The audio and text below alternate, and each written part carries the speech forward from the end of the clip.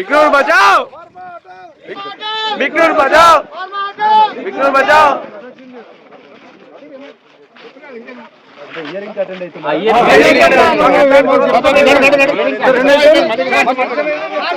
बिकनूर बचाओ,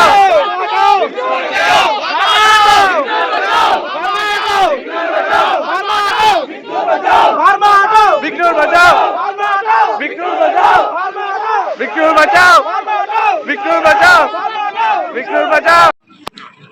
నేడు మన బిక్కనూరు పట్టణంలో ఏదైతే బంద్ ప్రకటించి పాటిస్తున్నామో అది అందరికీ తెలిసిన విషయమే. మనకి ఇక్కడ కొత్తగా ఫార్మా కంపెనీ వెలవబోతుంది. అంటే గతంలో బ్రిటిష్ వారు మన భారతదేశానికి ఏ విధంగా వచ్చి మన దేశాన్ని ఆక్రమించారో ఈ విధంగానే 2 ఎకరాల స్థలంతో వచ్చి మరి 100 ఎకరాలు సమీకరించి ఆ ఫార్మా కంపెనీని ఎక్స్పాండ్ చేస్తూ విస్తరిస్తూ మరింత అది ప్రపంచవ్యాప్తం చేస్తున్నారు. ఆ విధంగా మన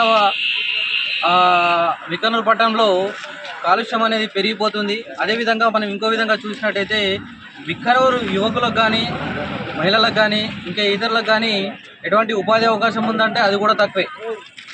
కాబట్టి ఎటువంటి అవకాశాలు లేకపోగా మన బిక్కనూరు ప్రాంతంలో ఉన్నటువంటి ప్రజల ఆరోగ్యం దెబ్బతీసే పరిస్థితి చాలా నెలకొంది. కాబట్టి ఇటువంటి పరిస్థితులను మనము అడ్డుకోవాల్సిన తరుణం ఏర్పడింది. ఒకవేళ అడ్డుకోకపోతే భావితరాలు ఏవైతే ఉన్నాయో మన పిల్లలు కావచ్చు, మన మన్మలు కావచ్చు, మన్మరాలు కావచ్చు, ఆ తర్వాత బ్రతకడం అనేది హాస్పిటల్లో పాలు కావడం జరుగుతుంది.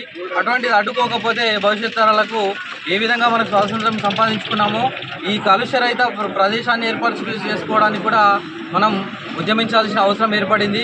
కాబట్టి ఖచ్చితంగా ఇది శాంతియుతంగా మనము ఇలా గవర్నమెంట్ ఏదైతే ప్రజాభిప్రాయ సేకరణ ఏర్పాటు చేసిందో దాన్ని శాంతియుతంగా మన అభిప్రాయాన్ని వ్యక్తం చేయాలి. అందరు కలిసికట్టుగా బిక్కనూరు పట్టణంలో కాదు, చుట్టుపక్కల ప్రాంతాల్లో కలుషితమయ్యే ప్రాంతాలు ఏవైతే ఉన్నాయో అవన్నీ అందరూ కలిసి ఒక వాయిస్ ఇవ్వాల్సిన అవసరం ఏర్పడుతుంది.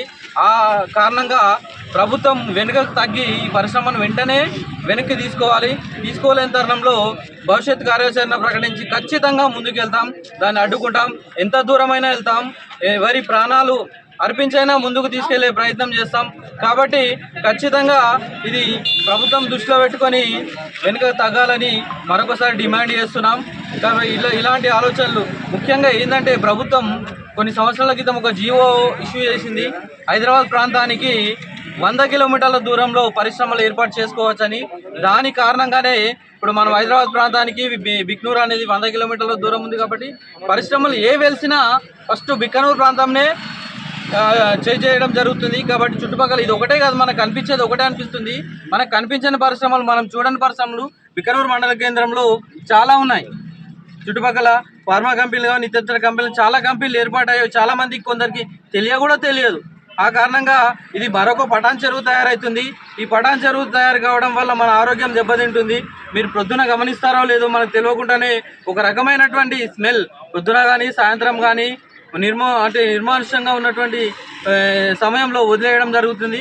కాబట్టి ఆ విధంగా ఆరోగ్యం పూర్తి స్థాయిలో దెబ్బతిని మనం సంపాదించేటువంటి సంపాదన, మన ఆస్తులన్నీ హాస్పిటల్ పాలవుతున్నాయి.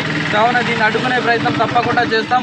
మరొకసారి ఉద్యమిద్దామని అందరికీ యువతకు పిలుపునివ్వడం జరుగుతుంది.